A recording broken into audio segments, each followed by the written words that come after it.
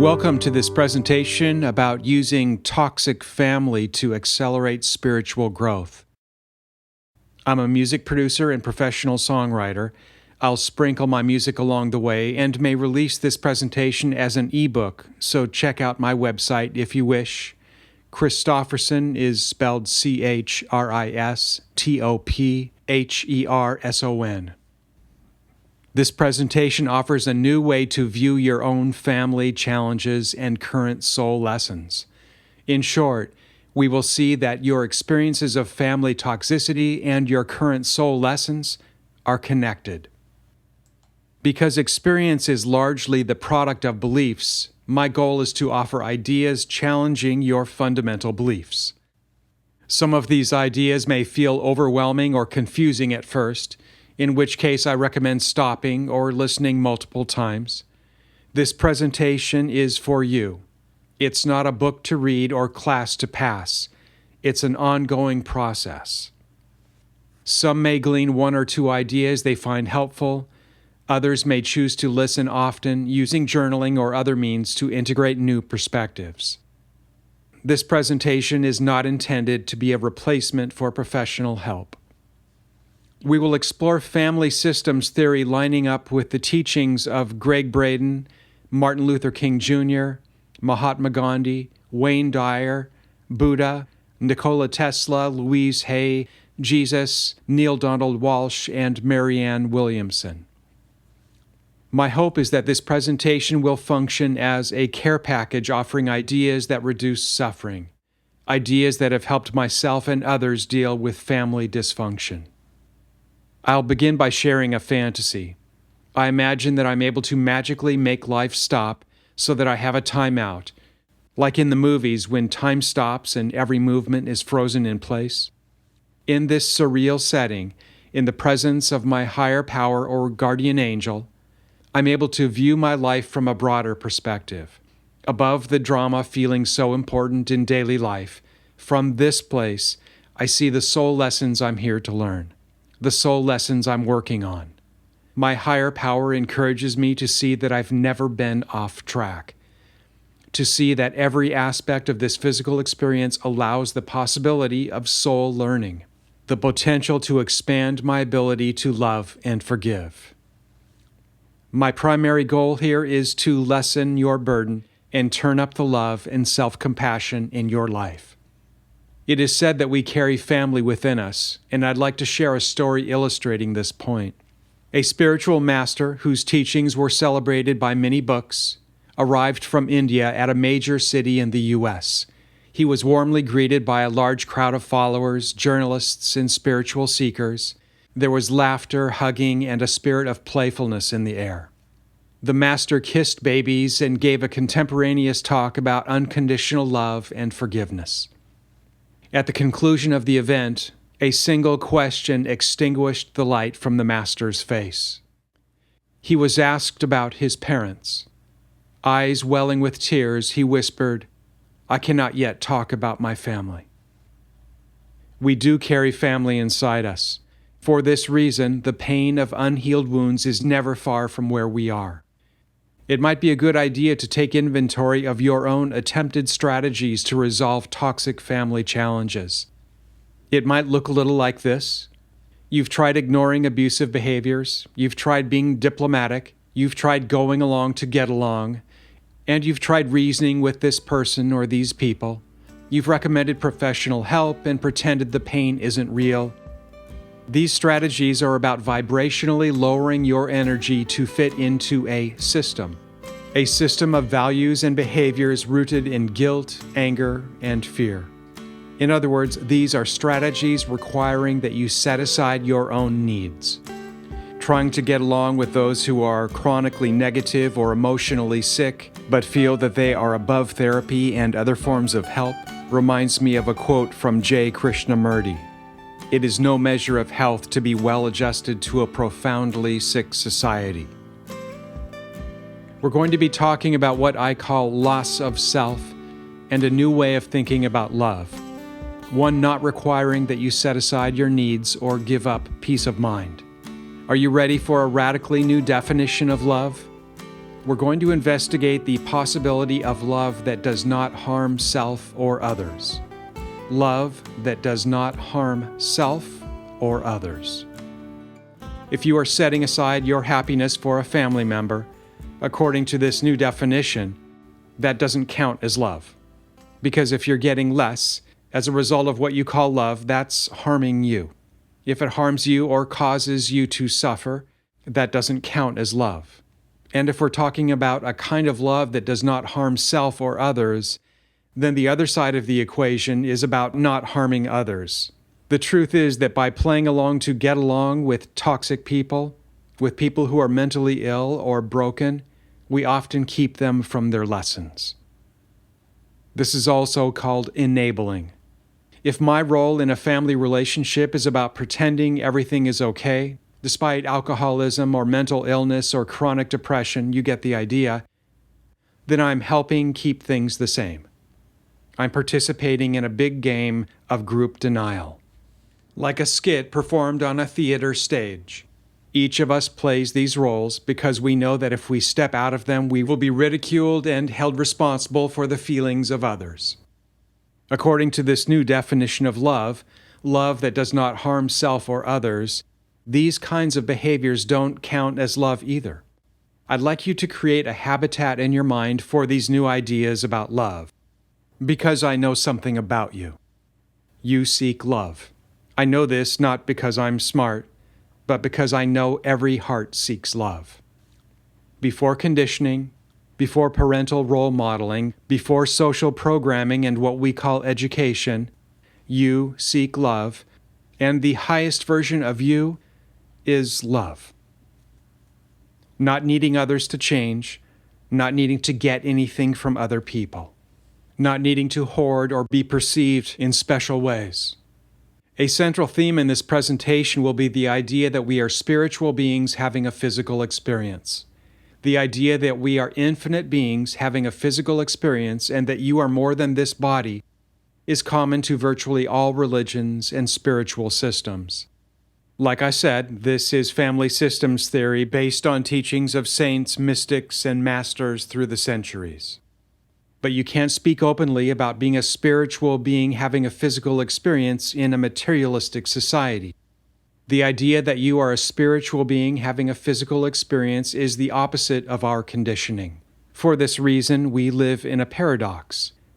You live each day with one foot in the physical dimension and the other foot in the truth of your spiritual nature, the reality not reported to us by our 5 physical senses. The soul aspect, or multidimensional aspect of human experience, is the fundamental reality Martin Luther King Jr., Mahatma Gandhi, Jesus, Buddha, and Nikola Tesla lived in. Yet we are educated and programmed to live in a reality rooted in physical world awareness, also known as materialism. We're covering this because the answers to family toxicity are not found in the domain of physical awareness. The answers are spiritual. In other words, the spiritual ideas covered here require that you think outside the box of consumerism, collecting things and looking good to others, which is the domain of the materialist mindset. According to the official story of reality, if we can't see it, it doesn't exist. But I love legendary physicist Richard Feynman's description of science. Science is faith in the ignorance of experts.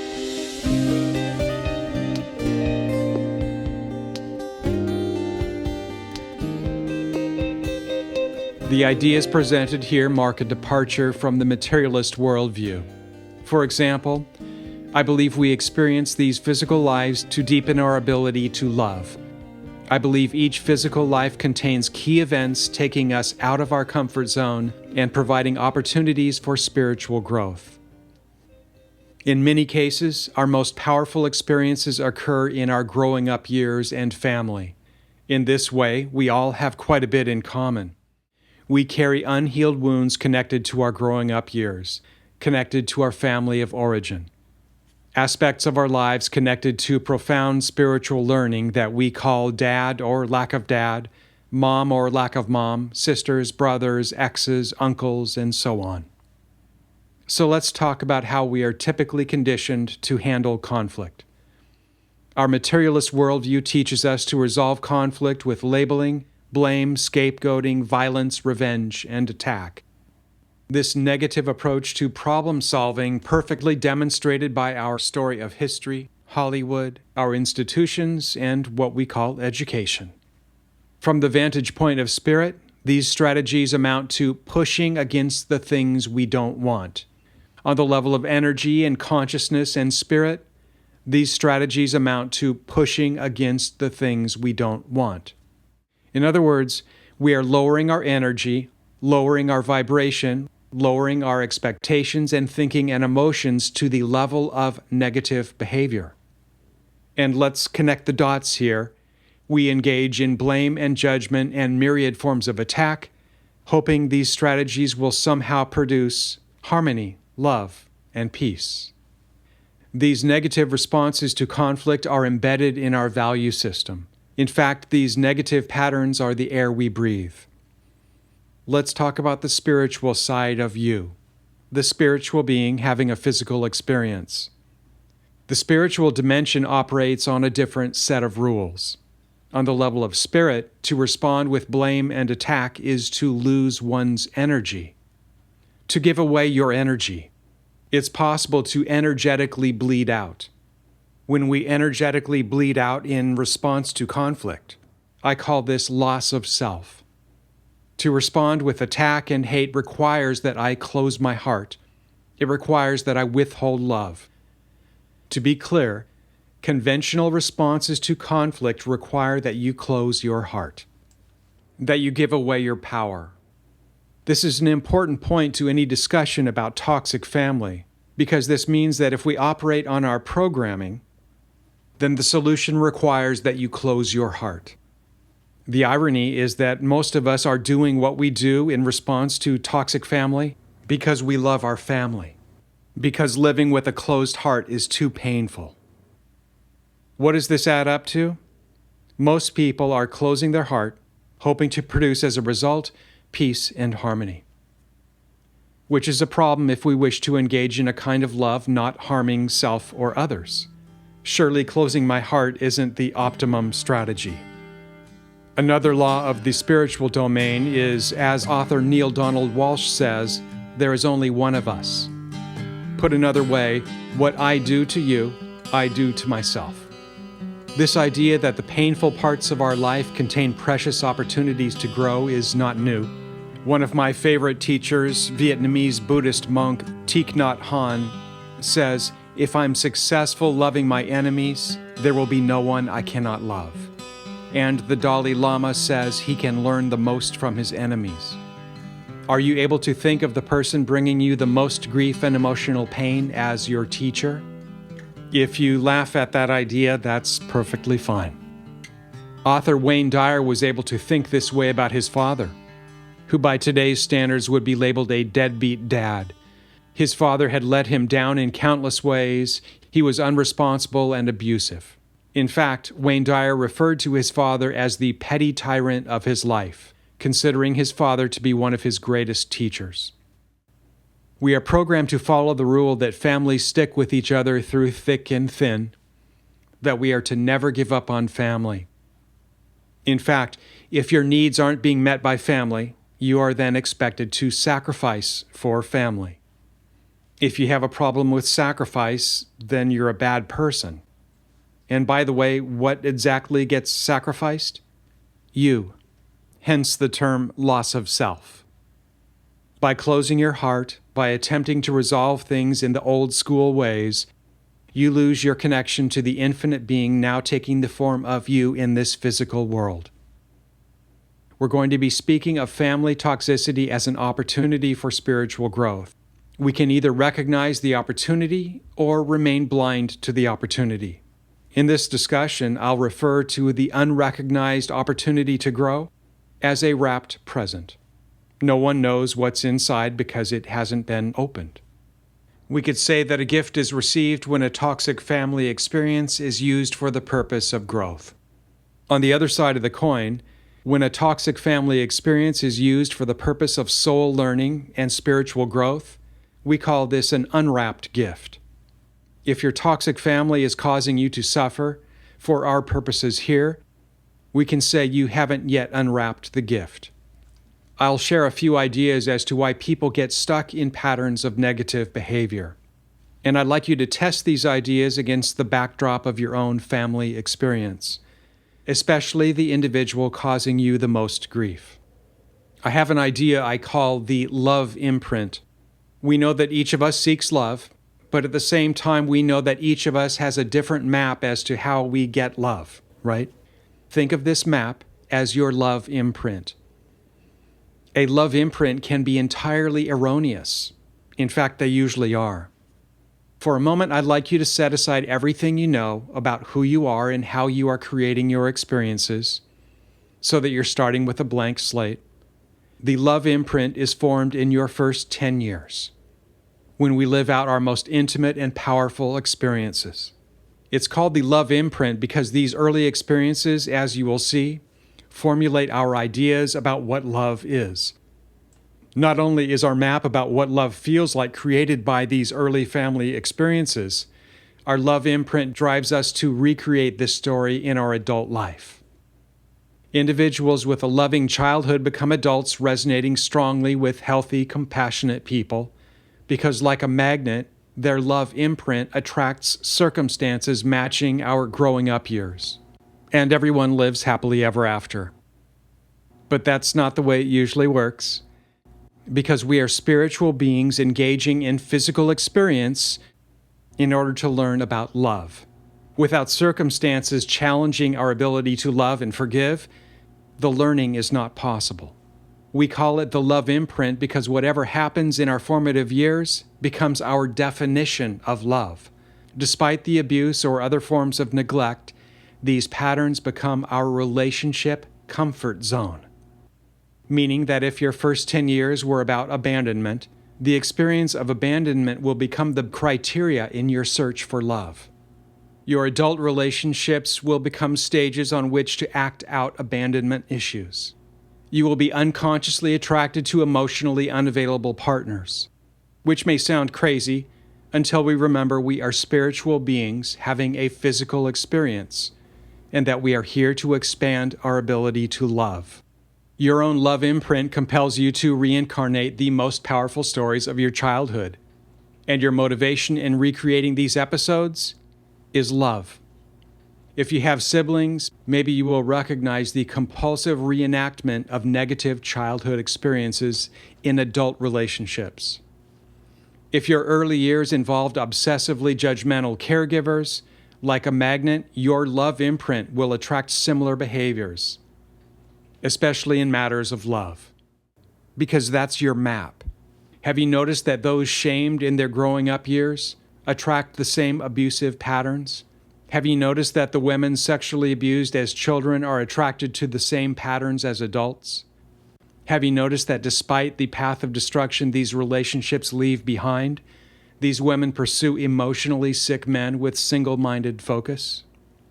The idea that a tormented childhood becomes a love imprint may sound paradoxical, but it's called a love imprint because the negative pattern becomes a strategy to find love. The power of the love imprint to recreate unhealed childhood trauma is as strong as any narcotic. Hopefully, the love imprint gives you a new way to view dysfunctional family. This brother, father, ex, you fill in the blank, is unconsciously driven to re-experience their own negative love imprint.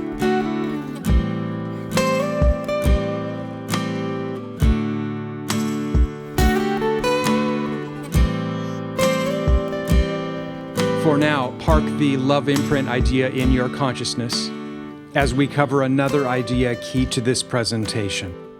We've introduced the idea that family toxicity can serve as a powerful teacher.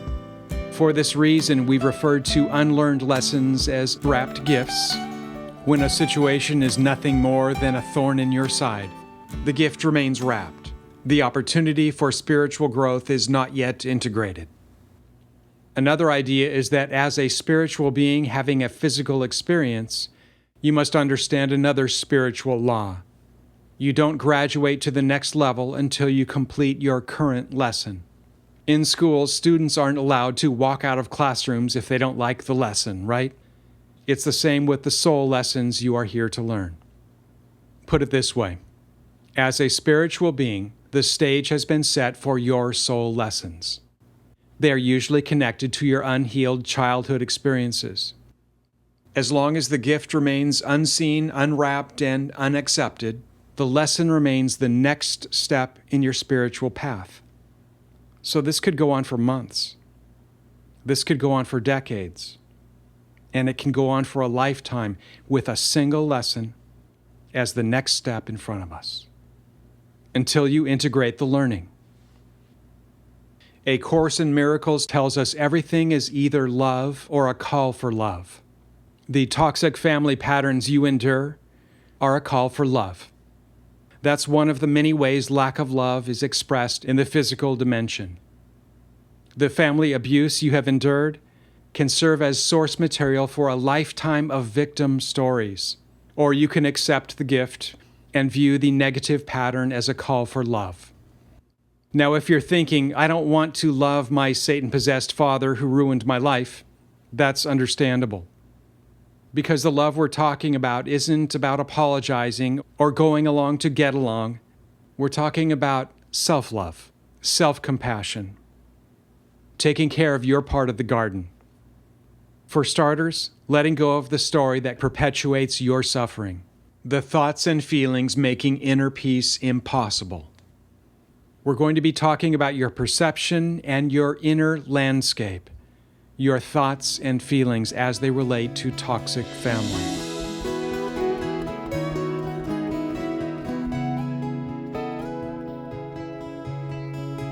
Conventional psychology teaches that parents pass to their children unresolved trauma and suffering. Without healing, I pass my addictive patterns to my children. Without healing, I pass my issues to my son. By avoiding my soul homework, my patterns of anxiety and depression are automatically passed to the next father and mother. This is how family suffering is generational. Author John Bradshaw explains it this way. The first component of dysfunctional families is that they are part of a multi-generational process. The dysfunctional individuals who marry other dysfunctional individuals have come from dysfunctional families. So the circle tends to be unbroken. Dysfunctional families create dysfunctional individuals who marry other dysfunctional individuals and create new dysfunctional families. So picture in your mind a parade of cross-generational dysfunction which doesn't stop until someone wakes up. Until someone recognizes in the dysfunction an opportunity to learn love, an opportunity to be more Jesus-like, an opportunity to realize their Buddha nature. If we are spiritual beings having a physical experience, and if our soul is always moving in the direction of love, then there is some good news here. What if this painful aspect of your life is actually connected to your soul curriculum? What if these are lessons that you set up for yourself? The dual nature of family toxicity, this idea that there's the physical side, which is being miserable and having endless victim stories, and then the other side, which is spiritual, which contains opportunities to move forward, is a tough pill to swallow.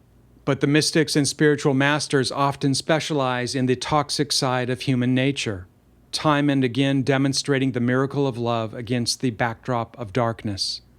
Martin Luther King Jr. continues to inspire millions because he spoke of love while standing in the fire of hate and violence. Mahatma Gandhi shared his vision of a world living in harmony as he faced bloodshed and the tyrannical rule of a militarized world power. By the way, the world power was defeated without ever firing a gun. My point is that the darkest places serve as a birthing ground for healing and love. I actually once had the thought, it sure would be nice to be at the right time and place for world-changing messages when a courageous voice like Martin Luther King Jr. can really make a difference and speak as the heart of the world. I reasoned that if I was at the right time and place in history, I might have the opportunity to demonstrate the miracle of love in big ways. But I now realize this moment and every moment is the perfect moment to remember love. In the context of family toxicity, this means the courage to love ourselves, to engage in a kind of love that does not harm self, that does not result in loss of self. It's easy to go along to get along, to engage in a kind of love involving abuse and setting aside our needs. The most challenging work we will ever do is connected to self-love. Did Jesus, Buddha, and Mother Teresa demonstrate this level of grace in their personal lives? I believe the answer is yes. And I believe that on the level of spirit, the toxic family challenges you face are not separate from Mahatma Gandhi's revolution or Martin Luther King Jr.'s dream of peace for all. It's the same learning, it's the same insight, it's the same energy, and every step forward in every life moves us all in the direction of truth, of love. In other words, darkness is darkness. It's always connected to being unconscious, and it's always a product of fear. The answer is always connected to love. And from there, it's just a matter of who stands up and speaks the truth, even if it's scary, even if it seems everything is at stake. In any case, I believe that in some very real ways, we have amazing teachers right here with us, and we'll visit them from time to time throughout this presentation. It's possible to not open a present, right? Ignored soul lessons are analogous to a gift that remains unopened. Ignored soul lessons produce emotional sickness. It's easy to spot those who have been blowing off their soul homework. It's easy to identify those pretending the lesson isn't right in front of their nose. Lessons that, if integrated, if unwrapped, would make life better. My point is that the toxic family elements causing you to suffer are unopened gifts, gifts that may be hundreds of years old. You can receive the gift only as a spiritual being. Limited to physical world awareness, we cannot perceive the dual nature of family dysfunction. I spoke to a man who was at the end of his rope with a disrespectful adult daughter who blamed him for ending an unfulfilled marriage. Unaware of her mother's dark side because her father protected his daughter during growing up years, she now resented him and seemed to feel entitled to the conventional family in storybooks. After years of being scapegoated and being made to feel guilty, the father set a new boundary. He communicated in no uncertain terms that he was no longer his daughter's doormat. He had fallen into the trap of love that harms self. Of course, setting a new boundary was excruciatingly difficult because he worried that she might do something irrational or destructive, perhaps even hurting herself. We can see that for all those years, he wasn't engaged in the kind of love we've been talking about. But by taking a look at the other side of this relationship, we see that by allowing his daughter to mistreat him, he was helping her daughter ignore her own homework. Can you see that by tolerating the abuse, he prevented his daughter from growing? Can you see that by tolerating the abuse, he had prevented his daughter from opening the gift? By rising to the occasion and responding to family drama by opening the gift, he created the opportunity for his daughter to do the same, and the opportunity to move in the direction of love. You've probably heard of the ripple effect, the idea that one small action triggers a multitude of effects in all directions. Let's take a look at the ripple effect of the father's courageous act of self-love. Who stands to gain as a result of this father unwrapping his gift? The father certainly benefited. He learned that beneath the busyness of his daily life, the negative relationship was exhausting. Even if she chooses to remain asleep at the wheel, ignoring the lesson in front of her, he now has more energy for his life. Lies are exhausting. I say this because on the level of spirit, to allow others to mistreat me or perceive me as guilty or defective is to engage in a lie. Aside from the many benefits to the father, let's remember that by remaining unhealed, she will pass her personal demons to her children. Is the negative behavior you experience in your own family the result of parents passing unhealed wounds to their children?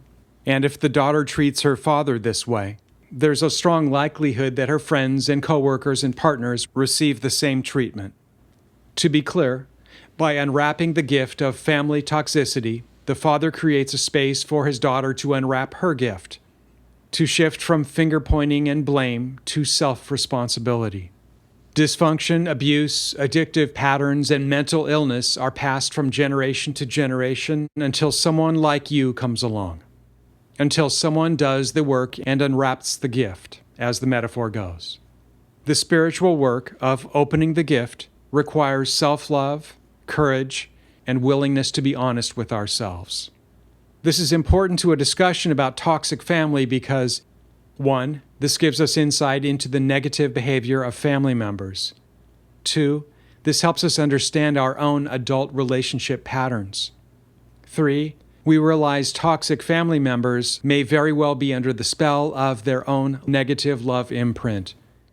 4. We understand that liberation from family pain can at the same time serve as impetus for the healing of others. 5. This explains how those who are supposed to love and support us, family for example, can be abusive. They are attempting to recreate the same conditions of the initial trauma in order to heal the trauma. As you may have guessed, this presentation isn't about changing the people in your family, as much as it is about shifting perceptions and responses. In other words, you are going to unwrap the gift. Is it possible that we attempt to recreate our painful love imprint so that we have the opportunity to learn and heal? Is it possible these painful physical world events can be used to expand our ability to love rather than close our hearts?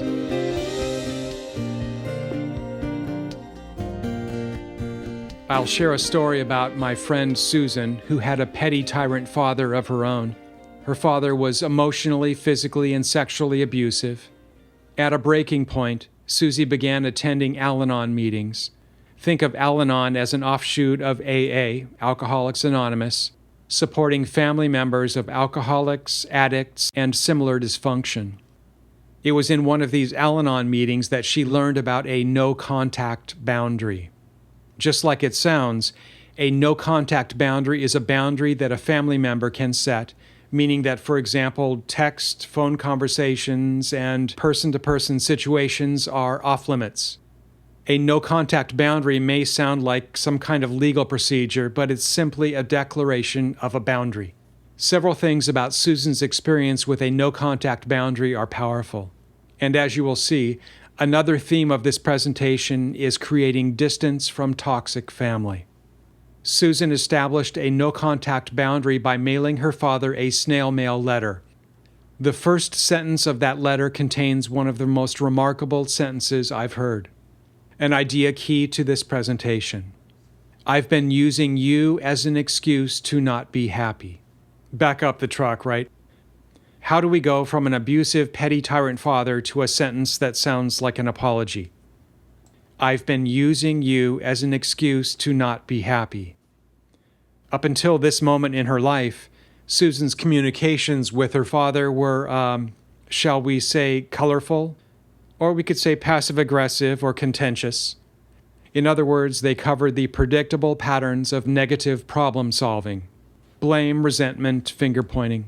The reason Susan's words seemed so strange is that she's doing the opposite of how we're programmed to deal with conflict. She wasn't blaming. She was not attacking. She wasn't trying to prove that she's right. She wasn't trying to prove that her father was wrong. She wasn't hating him or seeking revenge.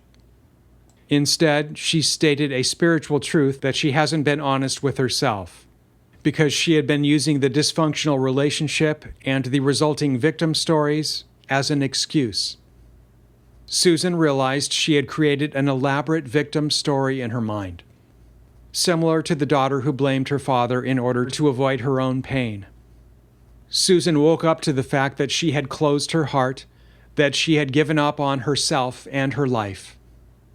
She realized there were parts of herself that had become comfortable with the conflict and blame game. So let's talk a little more about negative patterns of relationships in dysfunctional families. We could start with finger pointing, the most effective way to keep things the same. Because when I'm sure the problem is you, I have no reason to question my behaviors or change. Finger pointing is based on the scarcity mindset. This is the energy of fear. Like I said, this way of thinking is the air we breathe. But the shift from materialism to our spiritual nature offers a new way to respond to conflict, to family toxicity. If you can accept even for now that we are fundamentally spiritual beings having a physical experience, would you then agree that any opportunity to grow spiritually is precious? If so, then it's not such a stretch to see that the toxic relationship that has become the bane of your existence contains diamonds. If you are a spiritual being here to expand your heart and learn love, then any experience challenging your ability to love is an opportunity to grow. If I respond to toxic family on the level of physical world rules and values, I experience suffering. Let's talk about what happens when you suffer. The experience of depression, fear, and anxiety suppresses immune function, reduces cognitive ability, floods the body with cancer-inducing cortisol, and has a detrimental effect on nearly every organ. Other than that, stress is good for you. If toxic family is turning my life into hell, then I'm living a victim story centered on my own feelings of powerlessness. By giving my attention to the dysfunctional behaviors of others and taking them personally, I play the victim role. I suffer. In this case, my message to life is, bring me an experience equal to my suffering. By taking a toxic individual's behaviors personally, I fall into the trap of believing that these toxic family episodes express my relationship with God and life, telling me who I am and why I'm not worthy of love and happiness. This doesn't make sense, but this is the way our brain decodes these situations.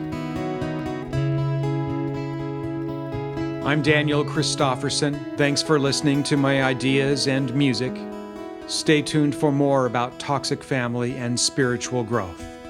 Please visit my website at danielchristofferson.com, Christopherson. Love is the highest power. Thank you.